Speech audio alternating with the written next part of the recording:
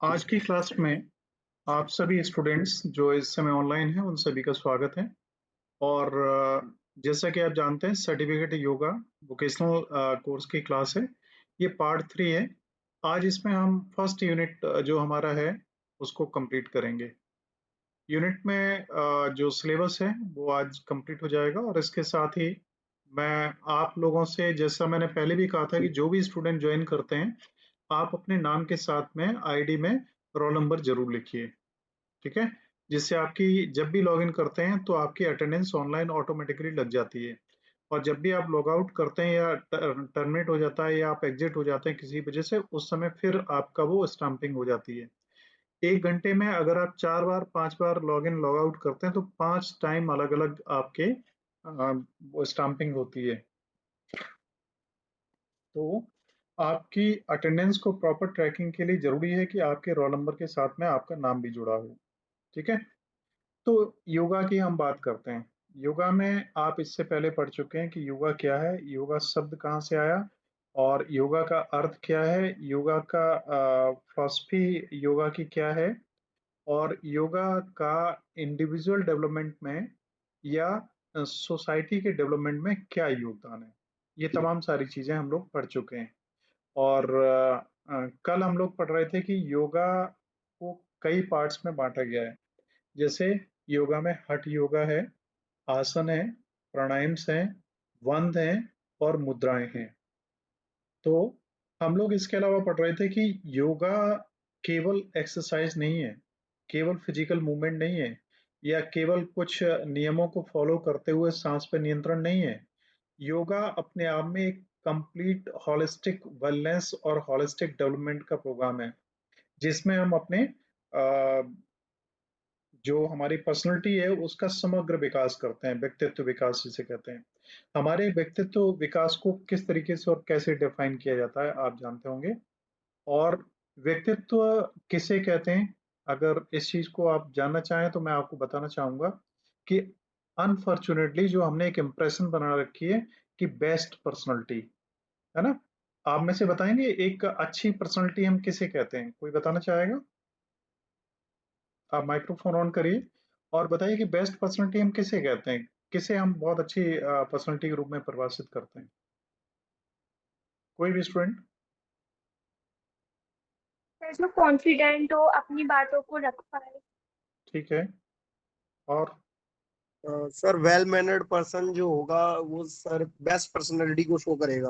Okay, and any more? आप लोग देखिए इंटरेक्टिव बनिए, और भी अगर किसी कुछ बोलना तो बताइए, पर्सनालिटी के बारे में आप कितना जानते हैं। देखिए जितना जो कुछ आप लोग जानते हैं ना, जितना आपको जानने के लिए मिला है और जो आपने देखा है, थोड़ा बहुत समझा है हेलो। यहाँ पर, तो उसी के लेकिन आधार सर पे। हाँ जी। सर ambitious होना चाहिए, तो सर क्रिएटिव होना चाहिए, कंपैशनेट होना चाहिए, और सर कंसिस्टेंसी होनी चाहिए, करेजियस होना चाहिए, फ्लेक्सिबल होना चाहिए। सर ये सारे जो हैं वो पर्सनैलिटी है इंसान के अंदर होते हैं। अच्छा देखिए, चलिए अच्छी बात है। और अब बिहेवियर भी अच्छा होना चाहिए। बिल्कुल, ये सब चीजें होनी चाहिए। अब जो चीजें मैं आपको कुछ बताना चाहता हूँ शायद वो आपके ध्यान में नहीं होंगी। आपको पता है कि पर्सनालिटी जो शब्द है, ये शब्द पर्सनालिटी का अर्थ क्या है, मालूम है ना? व्यक्ति। पर्सनालिटी मीन्स ही है हिंदी में व्यक्तित्व, है ना? व्यक्तित्व सर। हाँ। Yes sir. अब पर्सनालिटी जो शब्द है वो लिया गया है इंग्लिश, इंग्लिश का वर्ड है पर्सनालिटी। और पर्सनालिटी में, पर्सनालिटी शब्द इंग्लिश में आया पर्सोना से। और पर्सोना का मतलब क्या जानते हैं? कोई जानता है आप में से? Greek no language, sir. Greek language से वर्ड आया है पर्सोना। और पर्सोना का मतलब होता है मुखौटा। मुखौटा तो जानते हैं ना आप सभी लोग, मास्क जानते हैं यस ना? सर। Yes sir. होली पे तमाम यस तरीके के चेहरे के ऊपर चेहरे लगा के आप लोग निकलते हैं होली खेलने के लिए, ये पता है ना सभी को। तो अब हमें एक बात बताइए, कितना यस कितना विरोधाभासी लगता है कि पर्सनालिटी चेहरे के ऊपर लगाया गया चेहरा पर्सनालिटी है। अगर ये चीज समझ में नहीं आ रही तो मैं क्लास को भी थोड़ा सा आगे बढ़ाता हूँ, 2 मिनट का समय आपको दूंगा। मेरा ऑब्जेक्ट आपको केवल थ्योरी पढ़ाना और इस कोर्स को कंप्लीट करना नहीं है, मेरा ऑब्जेक्ट आपके अंदर कुछ और पावर्स को डेवलप करना है। तो मैं चाहता हूं पहले आप उस लेवल पे पहुंचे, मेरे को खुशी होगी। मैं बहुत जल्दी सिलेबस कवर करवा दूंगा, और सिलेबस मैं उम्मीद करता हूं आपको बहुत मेहनत की कतई जरूरत नहीं पड़ेगी, आपका बहुत आसानी सिलेबस कवर होगा, और इससे दूसरे जो पढ़ाई है उसमें भी आपको लाभ मिलेगा। पर्सनैलिटी शब्द को आप ऐसे समझ लीजिए, जैसे मैं, चलिए यहाँ पे थोड़ा सा आपको करूँ एनोटेट, तो मैं इसको राइटिंग में ही ले लेता हूँ। यहाँ पे एक शब्द है जिसको हम, देखिए यहाँ पे अभी मैं डेमोन्स्ट्रेट कर रहा हूँ, थोड़ा सा टाइम आपका ले रहा हूँ। एक शब्द है हिंदी में, चलिए मैं उसको लिखता हूँ। वो है जिसको हम कहते हैं क्या, जो स्टूडेंट बहुत ही शार्प और इंटेलिजेंट होते हैं उन्हें हिंदी में क्या कहते हैं? बुद्धिमान। बुद्धिमान। और क्या कहते हैं? बुद्धिमान। हम्म देखो, वास्तव में जो हम शब्द यूज करते हैं वो ये करते हैं। होशियार। आ, ये शब्द यूज नहीं करते क्या हम? अक्लमंद, यस सर। सर मेधावी भी कह सकते हैं सर, मेधावी मेधावी, जिन्होंने में। लेकिन हमें बताइए, आम चलन में सबसे ज्यादा अक्लमंद या अक्लमंद, ये शब्द यूज, अकलमंद सर। ये दो शब्द में से यूज करते हैं हम लोग। हम आमतौर पे ये सर कहते हैं वो लड़का बहुत ही अक्लमंद है, यस सर। उस लड़के ने बहुत ही अक्लमंदी का परिचय दिया है कि सही समय पे सही डिसीजन ले लिया, इतने लोगों की जान बचा ली, ऐसे ही तो कहते हैं। Yes sir. Yes sir. अगर हम लोग ये कहते हैं उसने बहुत ही ज्यादा मेधाविता का परिचय दिया, बहुत ही ज्यादा आ, आ, तेज दिमाग होने का परिचय दिया, तो हम उसकी जगह ये शब्द यूज करते हैं, अकलमंद या अकलमंद। इन दोनों में से कोई एक यस शब्द सर। यूज करते हैं। यस पहले सर। पहले तो आप जितने भी यस सर। ऑनलाइन हैं, आप लोग इस बात से पूरी तरह इत्तेफाक नहीं रख रहे होंगे कि इन दो में से सही शब्द कौन सा है, अकलमंद या अकलमंद। सर आई थिंक अकलमंद सर, अकलमंद। फर्स्ट वाला। सर ऊपर वाला कलमंद। काफी लोग सेकंड वाले भी होंगे। अकलमंद। अच्छा, तो अब मैं आपके संज्ञान के लिए लाऊं कि हिंदी में अगर इसका हम संधि विच्छेद करें तो वो होगा अकल प्लस मंद। इसका अब पूरा अर्थ क्या होगा? बुद्धि धीरी, मतलब धीमे। मंद बुद्धि वाला, हाँ। जिसकी बुद्धि मंद है। और इसको अगर हम करें तो अकल प्लस बंद। अब हमें बताओ दोनों में से कौन सा शब्द सही है? सर सेकंड वाला है। सेकंड वाले की तो बुद्धि खुली नहीं, ढक्कन ही नहीं खुला है इसका, तो अभी ये तो पूरी तरीके से ही ब्लॉक है, ये तो बिल्कुल ही मूड बुद्धि है। सर पहले वाला सही है सर। पहले वाला सर सही आपने है। तो कंफ्यूज कर हाँ दिया। सब पहले वाला सही है, अकलमंद। फर्स्ट वाला सही है सर। तो अक्लमंद अगर सही है तो अब आप हमें ईमानदारी से बताइए कि जिसकी बुद्धि मंद हो वो कहलाएगा सबसे शार्प स्टूडेंट, सबसे इंटेलिजेंट स्टूडेंट। जिसकी अकल मंद हो, मंद बुद्धि वाला हो, वो सबसे शार्प कहलाएगा क्या? नहीं सर। तो क्या नो दोनों, सर। अब बताओ दोनों में से कोई शब्द सही है? नहीं। कोई सही नहीं है। तो अब आप समझिए थोड़ी सी, मैं जो आपको कहना चाह रहा हूँ वो ये कहना चाह रहा हूँ कि ये जो शब्द हैं अकलमंद और अकलमंद, ये शब्द हिंदी के हैं ही नहीं, ये शब्द हैं उर्दू के, और उर्दू से आए फारसी में। फारसी और अरबी वगैरह में इनका अर्थ जो है वो वास्तव में है ही तीक्ष्ण बुद्धि वाला, शार्प माइंडेड, इंटेलिजेंट, इंटेलेक्चुअल। जो भी शब्द हम यूज करें, या मेधावी हिंदी में यूज करें, या तीक्ष्ण बुद्धि वाला यूज करें, तो ये शब्द क्या करते हैं हम लोग, जब किसी की साइकिल चोरी कर लेते हैं तो हम क्या करते हैं, उसका सीट का कवर चेंज करते हैं पहले, ठीक है, उसका मडगार्ड वगैरह में कुछ चेंज कर लेते हैं, कुछ और ऐसे चेंज कर लेते हैं जिससे पकड़ में ना आए। ऐसे ही जब किसी भाषा में किन्हीं शब्दों को लिया जाता है तो उनमें कहीं ना कुछ रंगा बिरंगा कर दिया जाता है, और उन शब्दों का मीनिंग वही रह जाता है कई बार। वो ही इस अकलमंद शब्द के साथ में हुआ है। ये शब्द हिंदी का नहीं है और हम हिंदी के हिसाब से उसका पोस्टमार्टम कर रहे हैं, है ना। अब ये चीज मैं आपको इसलिए बता रहा हूँ कि यही दुर्घटना इसके साथ भी हुई है, पर्सनैलिटी के साथ में। ठीक। पर्सनैलिटी का अर्थ हम लगाते हैं क्या? एक बेहतरीन व्यक्तित्व।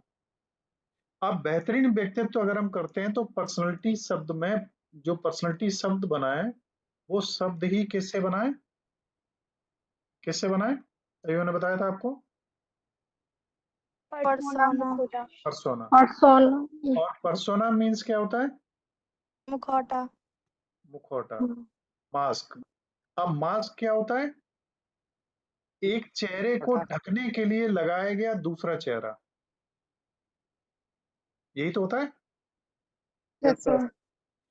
तो क्या ये पर्सनैलिटी से अर्थ निकलेगा वो सही निकलेगा? फिर जब चेहरा ही तुमने दूसरा लगा लिया, तुमने अपने ऊपर अमिताभ बच्चन का वो मुखौटा लगा लिया, नरेंद्र मोदी का मुखौटा लगा लिया, तो क्या आप नरेंद्र मोदी बन गए? No no sir. सर। तो फिर नो सर। पर्सनैलिटी का, आप बताओ हमें पर्सनैलिटी का मतलब क्या है? देखो, पर्सनैलिटी सर हम शब्द इंग्लिश में हम आया उसको सर लैटिन से। फील कर सकते हैं। हाँ जी। सर हम उसको बट फील कर सकते हैं। नहीं, अब सुनिए, मैं बता रहा हूँ, टाइम ज्यादा नहीं लगाऊंगा। पर्सोना एक मुखौटा होता है। तमाम सारे लैटिन कंट्रीज हैं, उनमें क्या होता है, उनके कुछ प्रोग्राम होते हैं, जैसे अपने होली दिवाली होता है, तो उनमें क्या होता है ना, जैसे सांबा डांस वगैरह होते हैं और तमाम तरीके के डांसेस होते हैं, उनमें सब लोग एक साथ मिलके डांस करते हैं। और उनमें ना अमीर होता है ना गरीब होता है, ना कोई जाति प्रथा होती है, ना कुछ होता है। लेकिन हर एक में अंतर तो होता है। क्या आप अपने टीचर के साथ हाथों में हाथ डालकर डांस कर सकते हैं? बताइए। No sir. नहीं कर नो पाएंगे। कोई भी नो सर। गर्ल्स तो कोई कर ही नहीं पाएंगे और बॉयज में भी कोई नहीं कर पाएंगे विदाउट एनी हेजिटेशन। बिल्कुल नहीं हो पाएगा। तो हम सब लोग यस सर। इस एक कार्यक्रम का आनंद लें, तो इसके लिए हम क्या करें कि हम इस चेहरे को ही हटा दें कि हम क्या हैं। तो हम अपने चेहरे पे एक मास्क लगा लें। उसके बाद में हम किसके साथ डांस कर रहे हैं हमें पता नहीं, हमें डांस का आनंद लेना है। तो हम चेहरे के ऊपर एक मास्क लगा लेंगे। उस मास्क को पर्सोना कहा जाता है। उससे पर्सनैलिटी शब्द इंग्लिश का बना है। इंग्लिश में पर्सनैलिटी शब्द का अर्थ तो वो ही रहा, आपका चरित्र, आपका चित्र, आपका मतलब टोटल आपकी व्यक्तित्व। क्वालिटीज, आपकी टोटल जो सोशल वैल्यूज हैं, नेचर, एथिकल प्रकृति। वैल्यूज हैं, नेचर है, आपका एक्सप्रेशन है, ये सारी चीजें जुड़ी रही। लेकिन शब्द वो ही रहा। अब इस शब्द की गहराई में जाते हैं तो शब्द का वास्तव में मतलब सही था। लेकिन यहाँ आते आते मुखौटे की अगर हम बात करें तो आप आसानी से कहेंगे मुखौटा तो पर्सनैलिटी हो ही नहीं सकता, वो तो गलत चेहरा लगाया गया, है ना। तो इस तरीके की चीजों से भरी पड़ी है हमारी पढ़ाई, जिनमें हमें कुछ पढ़ाया जाता है, उनके पीछे होता कुछ और है। तो अब मैं आपको अपनी उस पढ़ाई की तरफ ही ले चलता हूँ। अब पढ़ाई के लिए मैं जो आज सिलेबस है वो मैं कंप्लीट करवा दूंगा। अब आप में से मैं स्टूडेंट से रिकॉर्डिंग स्टार्ट करने से पहले बात कर रहा था। मैं कई स्टूडेंट से पूछ रहा था कि एक अच्छे स्टूडेंट के लक्षण क्या हैं। तो उसके लिए एक उर्दू में बहुत, वो संस्कृति में बहुत सुंदर श्लोक है ना। और वो आप में से काफी सारे स्टूडेंट्स को मालूम है। टाइम वेस्ट ना हो इसलिए मैं, आप अगर अच्छे स्टूडेंट हैं, आपने उर्दू का सॉरी संस्कृति का ये श्लोक नहीं सुना है, तो आपको सुनना चाहिए और उसे फॉलो करना चाहिए। दैट इज, काक चेष्टा बको ध्यानम स्वान निद्रा तदेव च अल्पहारी गृह त्यागी विद्यार्थी पंच लक्षणम। अगर आप विद्यार्थी हैं, आप अपने आप को स्टूडेंट कहते हैं, तो आप अपने को खुद को चेक करें, क्या आपके अंदर ये 5 लक्षण है? क्या आप जैसा कौवा होता है, किसी पे अगर अटैक करता है और किसी चीज पे अगर वो मतलब इच्छा रखता है, तो क्या आपकी कौवे की तरीके से चेष्टा है, आपका ध्यान उसकी तरीके से है? बको ध्यानम, बको होता है बगला, जो नदी में खड़ा रहता है, बड़ा शांत एक पैर पे खड़ा रहता है और मछलियों के आने जाने पे ध्यान रखता है। और जैसे कोई मछली उसकी पकड़ में आती है, पूरी तरीके से फुली कंसंट्रेट होकर अटैक करता है। और सबसे ज्यादा कंसंट्रेशन हैवीएस्ट और अटैक किसका होता है मालूम है? वो होता है ईगल का, बाज का, है ना। नेक्स्ट है स्वान निद्रा। क्या आपकी नींद ऐसी है कि थोड़ी सी आवाज आने पे, थोड़ी सी कोई स्थिति चेंज होने पे खुल जाती है? और क्या आप कम खाना खाने वाले हैं? क्या आप अपने उद्देश्य की प्राप्ति के लिए अपना गृह त्याग करने के लिए तत्पर हैं? अगर आपको पढ़ाई करने बाहर जाना है, आप उसके लिए तैयार हैं? आप में होम सिकनेस तो नहीं है? अगर ये 5 चीजें हैं तो आप एक अच्छे विद्यार्थी हैं, और अगर ये नहीं है तो ये आपको डेवलप करना चाहिए। एक श्लोक और है छोटा सा, जो मेरे को लगता है आपको अच्छा लगेगा। दैट इज अलस्य कुतो विद्या, अवदस्य कुतो धनम, अधनस्य कुतो मित्रम, अमित्रस्य कुतो सुखम। ये कितने लोगों ने सुना है? आप में से कुछ लोगों ने सुना है इसे? यस, सर मैं सुना सुनी। है। चलिए, तो मैं इसका अर्थ बता देता हूँ, फिर आगे बढ़ता हूँ। अर्थ ये है, अलस्य कुतो विद्या, आलसी को विद्या नहीं मिलती। अवदस्य कुतो धनम, सॉरी, अवदस्य आलस्य कुतो विद्या, अवदस्य कुतो धनम। अ, विद्याहीन को धन नहीं मिलता। पहले मैं संस्कृति में आपको बता दे रहा हूँ। अलस्य कुतो विद्या, अवदस्य कुतो धनम, अधनस्य कुतो मित्रम, अमित्रस्य कुतो सुखम। 4 पार्ट में है ये। पहला पार्ट कहता है कि अलस्य कुतो विद्या, आलसी को विद्या नहीं मिलती। दूसरा पार्ट कहता है अवदस्य कुतो धनम, विद्याहीन को धन नहीं मिलता। तीसरा पार्ट कहता है अवद अलस्य कुतो विद्या, अवदस्य कुतो धनम। आ, आ, तीसरा पार्ट क्या है, मैं खुद थोड़ा सा उसमें। अग्नस्य कुतो धन मित्रम। अधनस्य कुतो मित्रम, धनीन को मित्र नहीं मिलता। और चौथा पार्ट कहता है कि अमित्रस्य कुतो सुखम, जिसके पास कोई मित्र नहीं है उसको दुनिया में कहीं कोई सुख नहीं मिल सकता। तो सबकी शुरुआत कहाँ से होती है? विद्या से। और आप क्या हैं? विद्यार्थी। और विद्यार्थी के लक्षण क्या है? 5। उन्हें ढूंढ लेना। अगर आपके अंदर हैं तो आप विद्यार्थी हैं, अदरवाइज आप एक अच्छे विद्यार्थी नहीं है। तो विद्या अगर प्राप्त करनी है, जीवन में सारे सुख चाहिए, तो विद्या से ही शुरुआत होगी। एक अच्छे विद्यार्थी बनिए। अच्छे विद्यार्थी आप हो सकते हैं। टीचर को भी अच्छा बनने की जरूरत है। आजकल जो शिक्षा का माहौल चल रहा है वो बहुत अच्छा नहीं है। स्टूडेंट काफी अच्छे हैं, बट टीचर्स बहुत अच्छे नहीं मिल पाते। ये भी दिक्कत है। मैं खुद टीचर हूँ, मैं किसी अन्य टीचर के लिए नहीं कह रहा, अपने खुद के लिए भी मैं कहता हूँ कि अगर मैं मन से पढ़ा रहा हूँ और पूरे डेडिकेशन से पढ़ा रहा हूँ, विदाउट किसी बात की, इस चीज की चिंता करे हुए कि इसका रिजल्ट क्या होगा, चाहे 2 बच्चे भी पढ़ने आए, हमें पूरे ईमानदारी से पढ़ाना है, तो हम एक अच्छे टीचर हैं। हम तमाम बहाने बनाएं, तमाम कारण निकालें, तमाम चीजें करें, तो ये टीचर ही अगर पहले अच्छा नहीं होगा तो बच्चा अच्छा हो ही नहीं सकता। तो first, teacher must be an ideal teacher. Then student must assess himself whether they are having all the qualities which are required in a good student. If yes, then definitely you are good at your side, but your teacher is not delivering the best. हम यहाँ से start करते हैं। कल मैंने आपको बताया था कि जो लाइफ है उसमें कुछ चीजें हैं जिन्हें हमें करना चाहिए, और कुछ चीजें हैं जिन्हें हमें नहीं करना चाहिए। मतलब एक हमारी आपकी लाइफ कब बनेगी, एक संतुलित लाइफ हम कब जी पाएंगे, जब हमारे कुछ नियम और यम होंगे। अब ये जो 2 शब्द हैं, यम और नियम, इन्हें इस तरीके से समझ लीजिए। यम वो पार्ट है जो सामाजिक स्थिति में रहते हुए हमें जिनमें जिनमें संयम बरतना है, और जिन्हें हमें कंट्रोल करना है अपने ऊपर। और नियम वो है जिन्हें हमें फॉलो करना है।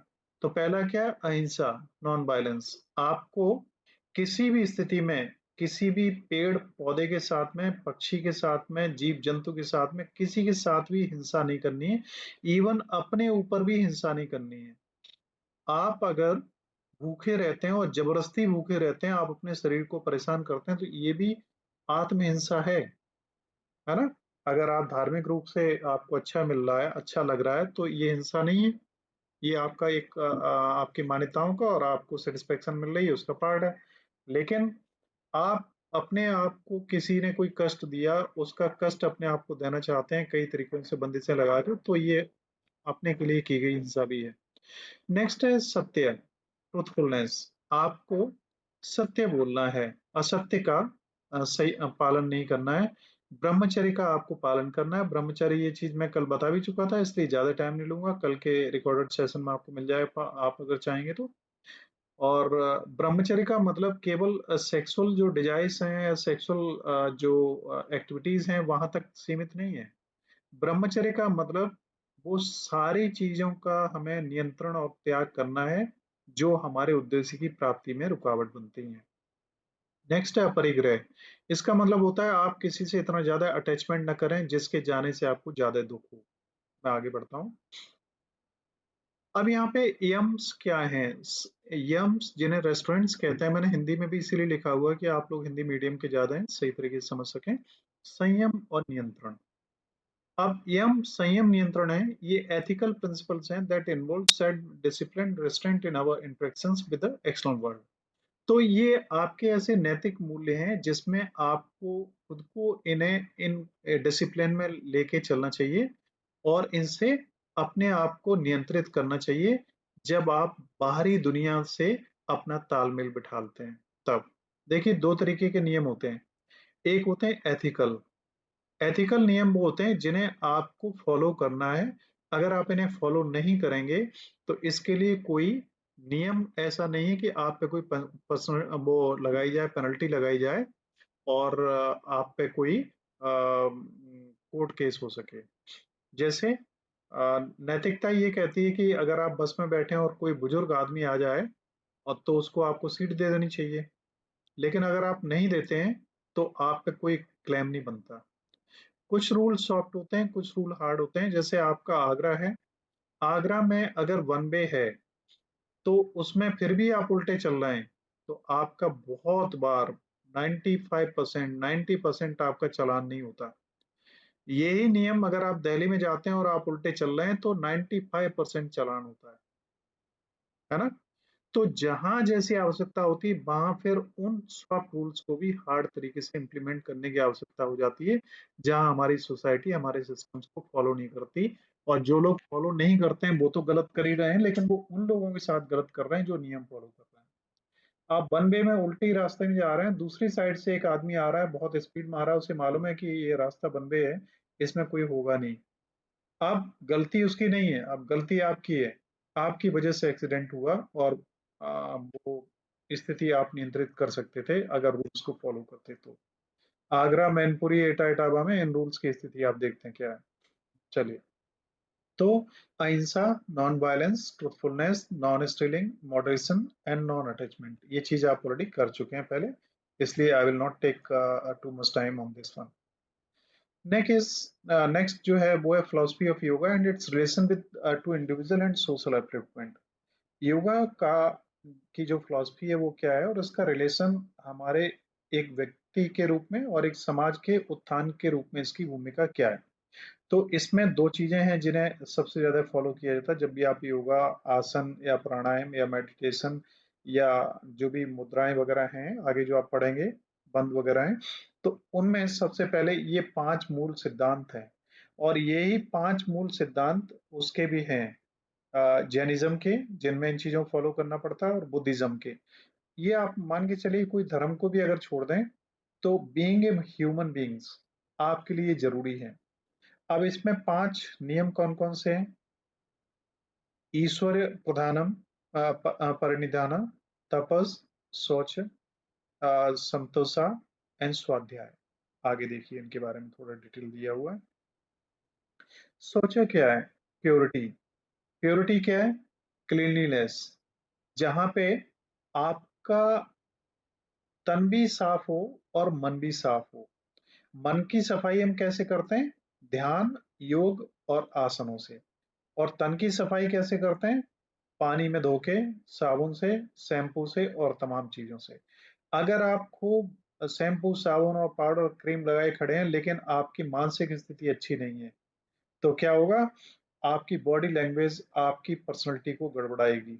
आपकी बॉडी लैंग्वेज बताने लगेगी कि आपका माइंड जो है वो प्रॉपर नहीं है।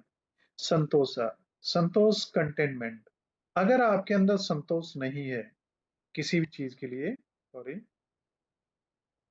अगर आप किसी चीज में संतोष नहीं प्राप्त आपको होता है, जैसे आप कॉलेज में या घर में कोई सामान, कोई खाने वाली चीज दी गई और आपको बहुत पसंद है और आपको ही वो सबसे कम मिल पाई, अब आप इस पे विद्रोह कर दें कि नहीं नहीं आपको चॉकलेट पूरी चाहिए, तो ये चीज गलत है। संतोष केवल चॉकलेट तक मैं बात सीमित नहीं रखता हूँ, बहुत बड़े लेवल तक जब आप आगे जाते हैं, आपको कुछ नहीं मिल पाता है, उस समय अगर आप विद्रोही हो जाते हैं, तो ये आप क्या कर रहे हैं, ये नियमों का पालन है जो आपको करना चाहिए और संतोष रखना चाहिए, और ये कहा जाता है संतोषी सदा सुखी। जो संतोष करना सीख लेता है वो हमेशा सुखी रहता है, और वो कुछ जो चीज उसको मिलनी चाहिए या जो जिनकी वो उम्मीद करता है वो चीजें नहीं मिलती, तो उसे क्या होता है कि रिसेंटमेंट नहीं होता, उसे वो नहीं होता है, उसे गुस्सा नहीं आता, वो अपने धैर्य को नहीं खोता, और वो गलत शब्दों का इस्तेमाल नहीं करता, वो गलत तरीके से अपने आप को प्रेजेंट नहीं करता, और वो हमेशा सभी के लिए अनुग्रह का वो प्रकट करता है, जिसमें हमेशा सभी के लिए किसी भी स्थिति में सभी के लिए ग्रेटिट्यूड को रिप्रेजेंट करता है। तपस क्या है? तपस्या। तपस्या तपस्या कहते हैं तो कठोर नियम होते हैं, उसी से शब्द तपस से बना है, और इसका इंग्लिश में डिसिप्लिन। तो स्टूडेंट की लाइफ के लिए डिसिप्लिन कितना इंपॉर्टेंट है ये आप जानते हैं। आप अगर आगरा कॉलेज के स्टूडेंट हैं और आप अगर एनसीसी के स्टूडेंट हैं और या एनएसएस के स्टूडेंट हैं, तो आप जानते हैं कि एनसीसी और एनएसएस में आपको 8 बजे अगर बुलाया गया तो आपको 8 बजे ही पहुंचना है। आपको जो कहा गया है उसको आपको पूरी तरह फॉलो करना है। रूल्स को फॉलो करना सबसे इम्पोर्टेंट और पहला पार्ट है स्टूडेंट विंग के लिए, है ना? इसमें चाहे वो फिजिकल हो चाहे मेंटल हो, that leads to self realisation. तो ये रूल्स वो होते हैं, चाहे वो फिजिकल रूल हो या मेंटल रूल्स हो, इनसे क्या होता है, आपको खुद को पहचानने में और खुद को मैनेज करने में सहायता मिलती है। स्वाध्याय, सेल्फ स्टडी, आप पूरी दुनिया को समझें और आप खुद के बारे में न जानते हो। और सबसे बड़ी दिक्कत यहीं पे आती है कि हम लोग फिजिक्स, केमिस्ट्री, बायोलॉजी, हिंदी और सब पढ़ लेते हैं, बहुत कुछ पढ़ लेते हैं, हम सेल्स के बारे में पढ़ लेते हैं, हम एटॉमिक एनर्जी के बारे में पढ़ लेते हैं, हम क्वांटम होम के बारे में पढ़ लेते हैं, लेकिन हम ये नहीं पढ़ पाते कि इतनी बड़ी मशीन जो भगवान ने हमें दी है, जिस जो सबसे कम्प्लेक्स मशीन है, ऐसी आदमी अब कोई बना नहीं पाया, इसके अपने खुद के बारे में हम कुछ नहीं जानते। हम ये नहीं जानते कि हमारा शुगर लेवल क्या होना चाहिए, कितना होना चाहिए, हमें ये नहीं पता हमारा बीपी लेवल कितना होना चाहिए, क्या होना चाहिए, और हमें ये नहीं पता है कि हम जो पिज्जा खा रहे हैं उससे हमारे शरीर पे क्या, इस मशीन पे क्या असर पड़ेगा। आप कभी डीजल वाली गाड़ी में पेट्रोल नहीं डालते, लेकिन ये गाड़ी भगवान ने आपको ऐसी दी है कि जानवर और जो अन्य हैं वो तो उसका फॉलो करते हैं, लेकिन एक आदमी ही ऐसा है जो उस रूल को कतई फॉलो नहीं करता। आदमी जानवरों को भी खा लेता है, आदमी पेड़ पत्तों को भी खा लेता है, आदमी गिट्टी ईंट पत्थर भी खा लेता है, आदमी वो सब चीज खा लेता है जिसे कोई दूसरा प्राणी नहीं खाता। जैसे कल भी मैंने बताया था, आपके यहाँ जानवर हैं, उन्हें अगर आप भूसा दे रहे हो तो भूसा देते रहो, आप साल भर भूसे ही खिलाते रहो, वो भूसा ही खा के प्रसन्न बने रहेंगे, कभी रोते नहीं दिखाई देंगे, कभी हाथ पैर पटकते नहीं दिखाई देंगे। कल कल आपने हमें भूसा दिया था, आज भी आप हमें भूसा ही दे रहे हैं। लेकिन आदमी को अगर आज जो दिया है वही कल दिया और वही परसों दिया, तो आपको मालूम है क्या हाल होगा, आप खुद जानते हैं। यही चीजें हैं जिनकी वजह से हर आदमी परेशान और असंतुष्ट है, हर आदमी दुखी है, हर आदमी कष्ट में है, क्योंकि उसने अपनी आवश्यकताएं बहुत ज्यादा बढ़ा ली हैं। एक मैं छोटा सा आपको लास्ट में चुटकुला सुनाऊंगा, ध्यान रखिएगा, एक बहुत अच्छी स्टोरी होगी इसी पे, खाने पे। मैं भूल जाऊंगा तो लास्ट में आप लोग ध्यान रखिएगा, अभी फिलहाल सिलेबस हम लोग कवर कर रहे हैं। नेक्स्ट है ईश्वर परिनिधाना, सरेंडर टू हायर पावर।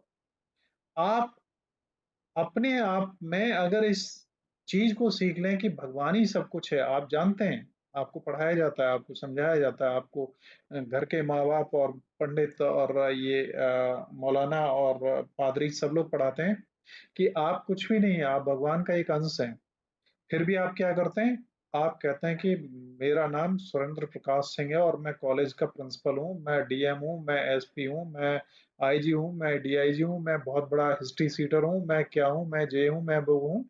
और एक दिन सब लोग एक ही घाट पे जाके उतरते हैं, चाहे उतरने का तरीका अलग हो, कोई जल के जाते हो, कोई गाड़ के जाते हो, या कोई जैसे यहूदियों में होता है, डेड बॉडीज को गिद्धों और चीलों के लिए खुला डाल दिया जाता है। एंड वही होता है सबका, चाहे वो ग्रेट अलेक्जेंडर रहा हो या फिर अशोक रहा हो, जिसने शांति का बाद में रास्ता अपनाया और शांति के उपदेश दिए पूरी दुनिया को, है ना।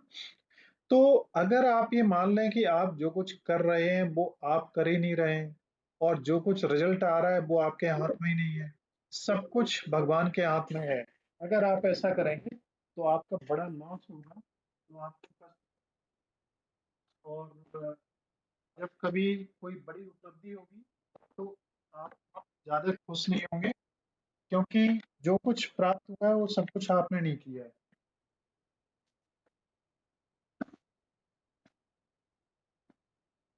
तो ऐसी भावना जब आपकी बन जाएगी कि ना आपने कुछ किया है, ना ये खुशी मिली है, उसको बहुत बड़े लेवल पर आप सेलिब्रेट करेंगे, और ना दुख मिलेगा, तब आप बहुत ज्यादा विपरीत परिस्थिति में आएंगे और बहुत ज्यादा आप हार्ड फील करेंगे, डिजेक्टेड फील करेंगे, फांसी लगाने की कोशिश करेंगे।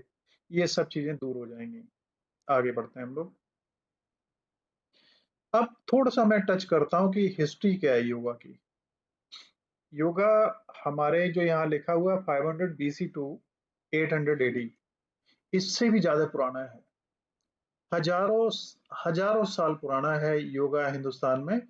आ, पतंजलि के जो सूत्र उन्होंने दिए, योग सूत्र पतंजलि के, उन्हें हम बेस मानते हैं। लेकिन हम देखते हैं तो हमारे जो वेद हैं, आयुर्वेद, वो चारों वेद जो हैं, उनमें अगर हम जाते हैं तो योगा, ध्यान और इनका मेडिटेशन, इनका ही पूरा का पूरा जिक्र है, और वो हजारों साल पुराने हैं, है ना। लेकिन हम हिस्ट्री जो जब चलती है तो हिस्ट्री इस बात पे नहीं चलती कि कौन क्या है, हिस्ट्री को चाहिए prove. History is also in in itself A science type में, जिसे प्रूव करने की जरूरत होती है। तो प्रूव करने की जब हम बात करते हैं तो हमें प्रमाण जो मिलते हैं वो बुद्धिज्म और जैनिज्म से मिलते हैं। लॉर्ड बुद्ध को फर्स्ट योगा की स्टडी करने वाला व्यक्ति माना जाता है। और आपको मालूम है कि महात्मा बुद्ध हिंदुस्तान में पैदा हुए थे, और उन्होंने जो ध्यान की टेक्निक डेवलप करी विपस्सना, जिसके बारे में अगर आप लोग जानना चाहेंगे तो मैं आपको बाद में बताऊंगा, उस टेक्निक को विकसित करने के बाद वो टेक्निक हिंदुस्तान से खत्म हो गई। आप जानते हैं 11-12 से लेके 8-9 से लेके आगे जो हिंदुस्तान पे आक्रमण रहे, चाहे मंगोल हो, चाहे चंगेज हो, चाहे वो मोहम्मदन्स हो, चाहे वो हुड हो, चाहे वो अंग्रेज हो, तो इन सब ने यहाँ की सारी सभ्यताओं, सब चीजों को खत्म कर दिया। इसके साथ में ही क्या हुआ कि योगा था और ध्यान वगैरह थे, तमाम विधियां थी, वो सब खत्म हो गई। लेकिन बर्मा में, अपना पड़ोसी देश जो म्यांमार है, वहां पे महात्मा बुद्ध की जो तपस्या थी, जिसको हम लोग कहते हैं क्या, अभी मैंने एक शब्द यूज किया था, आपको ध्यान है ना आप लोगों को, क्या कहते हैं, कोई बताएगा? विपासना। विपस विपसना, बिल्कुल, एब्सोल्युटली राइट। मेरे को ये बीच बीच में आपको जगाना पड़ता है थोड़ा सा, ये जानने के लिए भी कि आप लोग सुन रहे हैं, अटेंटिव हैं कि नहीं। तो विपसना हिंदुस्तान से खत्म हो गई पूरी तरीके से। लेकिन बर्मा में इसको लोग पीढ़ी दर पीढ़ी एक दूसरे को सिखाते गए। तो बर्मा में एक व्यक्ति थे जिनका नाम है हु जी खा विन करके नाम है उनका, सैया जी हु विन खा, या ऐसे ही कुछ करके नाम है। उन्होंने ये टेक्निक हिंदुस्तान के एक जो थे साधक, जिनका नाम था, क्या नाम था, मैं अभी आपको बताऊंगा, उनको सिखाया। उन्होंने हिंदुस्तान में आने के बाद में पिछले कुछ एक साल पहले हिंदुस्तान में 90s के दौर में आके विपसना को तैयार करवाया, दोबारा से उन्होंने स्टार्ट करवाया। और उसके बाद में विपसना अब हिंदुस्तान में बड़े लेवल पे तमाम सेंटर्स हैं जहाँ पे ये मेडिटेशन योग सिखाया जाता है। तो इसकी हिस्ट्री वहां से ट्रैक बैक करते हैं हम लोग, है ना।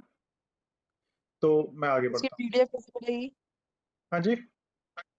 सर इसकी पीडीएफ कैसे मिलेगी? कल मिल जाएगी आपको ग्रुप में, टेलीग्राम पे। ओके, तो देखिए अब मैं थोड़ा सा आगे बढ़ता हूँ, एंड की तरफ है हम लोग। इसमें इंटरनेशनल योगा डे मनाया जाता है, और ये कब मनाया जाता है आप में से काफी लोगों को मालूम होगा। कब होता है? लिखा हुआ अभी है 21 जून को हर साल मनाया जाता है। योगा डे में योगा का जो लोगो है, उस लोगो का अपने आप में बड़ा महत्व है हर चीज का, है ना। तो ये जो यहाँ पे देख रहे हैं आप, इसमें किस तरीके से इस योगा के तमाम जो पार्ट्स अलग अलग हैं लोगों का, उसको एक्सप्लेन किया हुआ है। जॉइन हैंड्स, हाथ जुड़े हुए हैं, ये यूनियन है। और योगा क्या है? योगा भी अपने आप में, इसका इंग्लिश में शब्द ही यूनियन है। और किसका यूनियन है? बॉडी, माइंड एंड स्पिरिट, मन, तन और आत्मा, तीनों का सम्मिलन है योगा, जो उसको प्रमोट करता है। तीसरा, दूसरा पार्ट जो है ऑरेंज हलो कलर में है, ये चारों तरफ, ये फायर को शो करता है। फायर, इसको आप शक्ति कहें या ऊर्जा कहें, जिससे हमारी पूरी पृथ्वी सूर्य की ऊर्जा से इस पृथ्वी पर जीवन है। तो सेकेंड पार्ट हमारा रिप्रेजेंट कर रहा है फायर को। और थर्ड जो ये गोल अंदर दुनिया दिखाई दे रही है, ये मैप है हमारा, तो ये किसको रिप्रेजेंट करता है? वननेस को, वसुधैव कुटुंबकम को, कि पूरी दुनिया एक परिवार है ना। नेक्स्ट है ग्रीन लीव्स, ये हमारी प्रकृति को शो करते हैं। ब्राउन लीव्स, ये हमारी पृथ्वी को शो करते हैं। पृथ्वी का कलर मटमैला होता है, तो ये मिट्टी को रिप्रेजेंट करते हैं। नेक्स्ट है blue human art, water and body. अब ये जो ब्लू है, ये सबसे ज्यादा पार्ट है, ये किसको शो करता है? पानी को।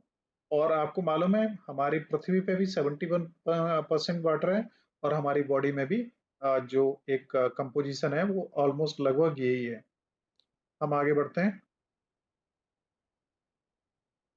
देखिए, why is 21 June yoga day? 21 जून को ही योगा डे क्यों होता है? तो देखिए, the Indian Prime Minister Narendra Modi in his UN address in 2014 had suggested that day of 21st June, as it is the longest day of the year in the northern hemisphere and shares a special significance in many parts of the world. तो हमारे जो प्रधानमंत्री नरेंद्र मोदी जी हैं, उन्होंने United Nations में जून 21 को yoga day मनाने के लिए एक प्रस्ताव लाए थे वो, और उस प्रस्ताव को रखा था। उसके पीछे लॉजिक उन्होंने ये बताया था कि 21 जून जो है, ये तमाम सारे जो उत्तरी गोलार्ध है, हेमिस्फीयर है इसका, पृथ्वी का, तो वहां सबसे बड़ा दिन होता है। इसके अलावा वर्ल्ड में तमाम तरीके से इसको मनाया जाता है, कई दिनों में कई वर्ल्ड के कंट्रीज में यहाँ से न्यू ईयर्स वगैरह भी स्टार्ट होते हैं, तमाम सारी चीजें इसमें जुड़ी हुई हैं। तो हमारे प्रधानमंत्री जी इसको, योगा डे को प्रपोज उन्होंने किया यूएन में, और उसको 175 मेंबर स्टेट जो थे उसके यूएन के, उन्होंने इसको क्या किया? इंडोर्स किया। उन्होंने इसको स्वीकृति दी कि हाँ, इंटरनेशनल योगा डे होना चाहिए। तो जून 21 2014 में एडस के बाद से जून 21 को योगा डे के रूप में ले लिया गया। Right, why yoga is important in Indian society? अब विश्व में चाहे योगा ना हो, चलेगा, हमारे हिंदुस्तान में योगा की जरूरत क्यों है? जितना डाइवर्सिफिकेशन हिंदुस्तान में है, उतना दुनिया में कहीं भी नहीं है। हमारे जितने कल्चर हैं, जितने धर्म के मानने वाले लोग हैं, जितने डिफरेंसेस हैं, हमारे यहाँ समुद्र भी है तो पहाड़ भी है, हमारे यहाँ -50 डिग्री है तो +50 डिग्री भी है। और अगर हमारे यहाँ मतलब सारी ऋतुएं हैं, सब कुछ है।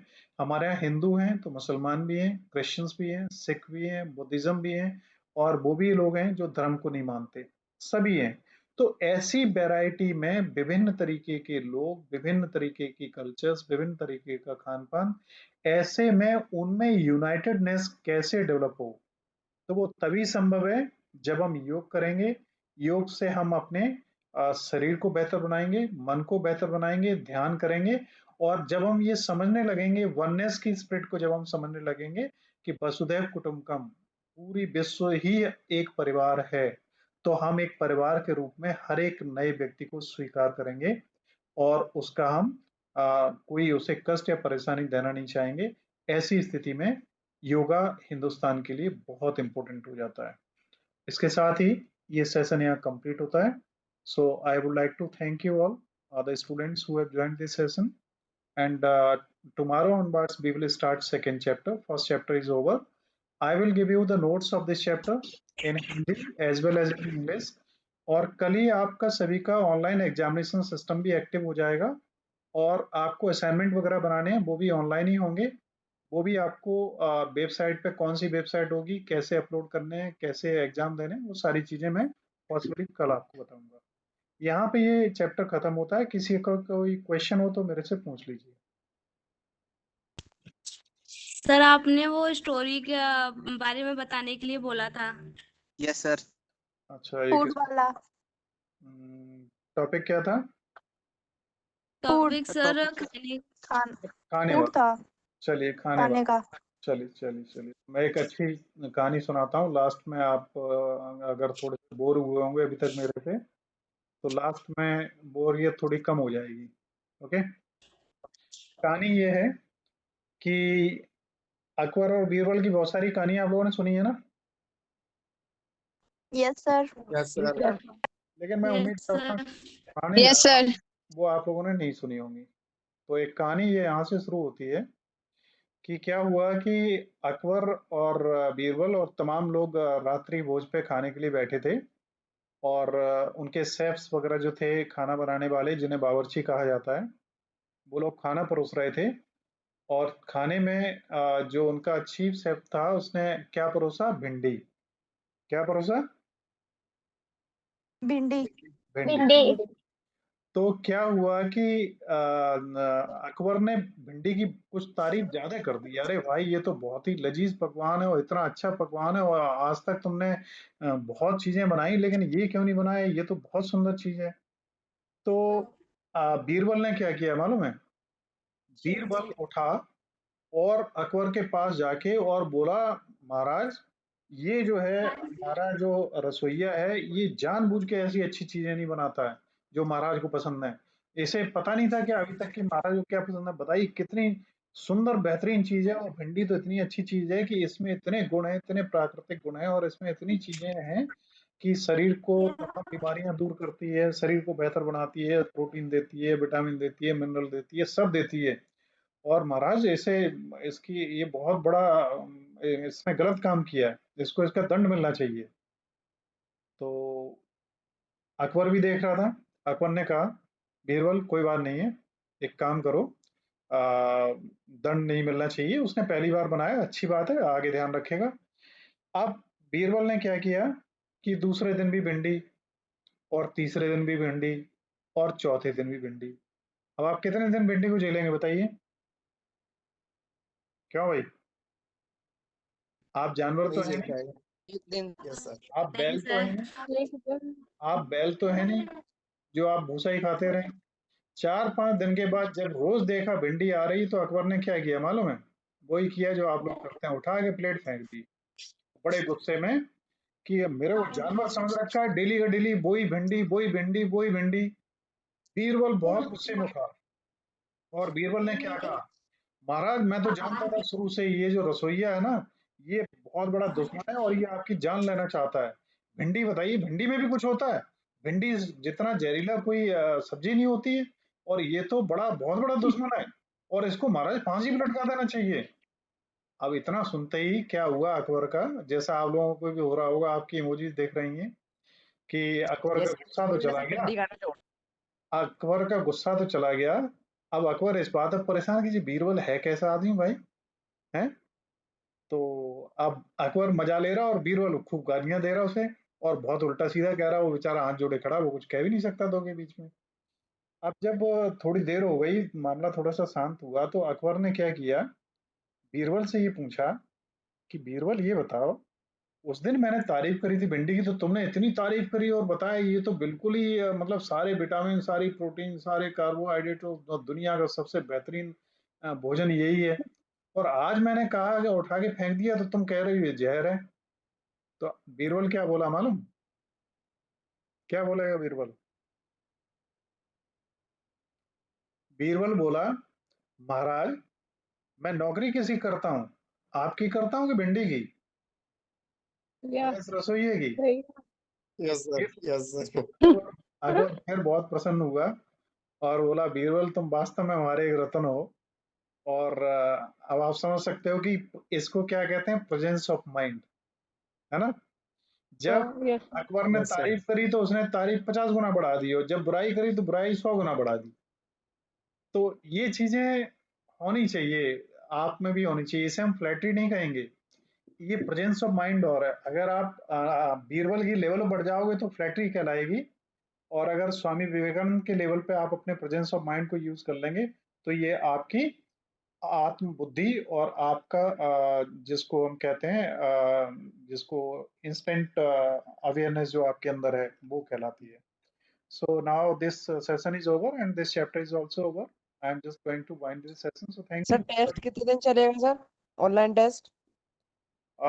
I will give all the informations tomorrow about that. Now time is already over, है ना? Okay, कल से okay, मैं sir. थैंक यू ध्यान सर। रखूंगा, Thank you, sir. कल से मैं थैंक ध्यान यू सर। रखूंगा, आपका टाइम भी ठीक 9 बजे ऑफ हो जाएगी थैंक यू क्लास, सर। लंबी नहीं चलेगी। Good night, sir. अभी भी किसी कोई प्रश्न पूछना हो तो पूछ लीजिए। कोई नहीं? No, sir. तो 4-5 दिन भिंडी खाइए आप लोग फिर बना के खूब, हैं? Okay, sir. Thank you. Yes, sir. Good night to you. Good night, sir. Good night sir. Bye and good take care. Night sir. Good night sir.